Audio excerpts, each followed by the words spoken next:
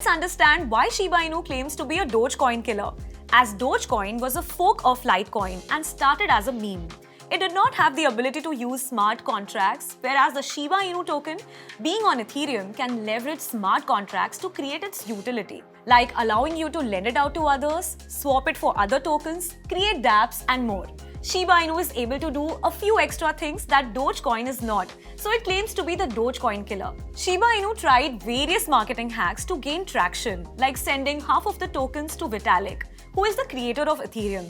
He donated 10% of these tokens to charity and burnt 90% of them. They also got famous TikTok creators on board to make people buy the tokens and raise its popularity.